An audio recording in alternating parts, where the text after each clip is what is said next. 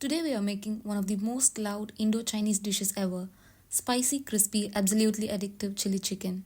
Take 400 grams of boneless chicken, cut into bite-sized pieces. In a bowl, add 1 egg, 2 tablespoons of plain flour, 2 tablespoons of corn flour, a teaspoon of chili powder, half a teaspoon of pepper powder, a teaspoon of soy sauce, a tablespoon of lemon juice, half a teaspoon of salt.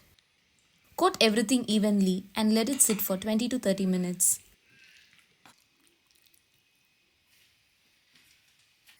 Heat some oil in a pan. Drop the chicken pieces in one by one.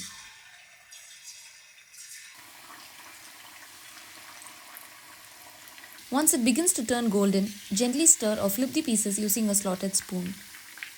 Keep frying on medium heat for a total of 6 to 8 minutes per batch. Now drain the fried chicken pieces on a paper towel. In a separate pan, add a little oil. Toss in the ginger, garlic and green chilies. Saute for a few seconds until aromatic.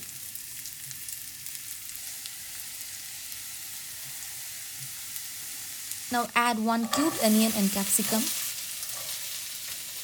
Stir fry on high heat for 2 to 3 minutes. We want them to stay a little crunchy. Now add in half a teaspoon of salt, 1 teaspoon of soy sauce, 1 tablespoon of chili sauce, 1 tablespoon of tomato sauce and mix well. Then add your corn slurry, that is 1 tablespoon of corn flour mixed with 1/4 cup of water. Stir immediately to avoid lumps and let the sauce thicken. Add the fried chicken pieces back into the pan. Toss everything well so each piece is coated in that flavorful glossy sauce.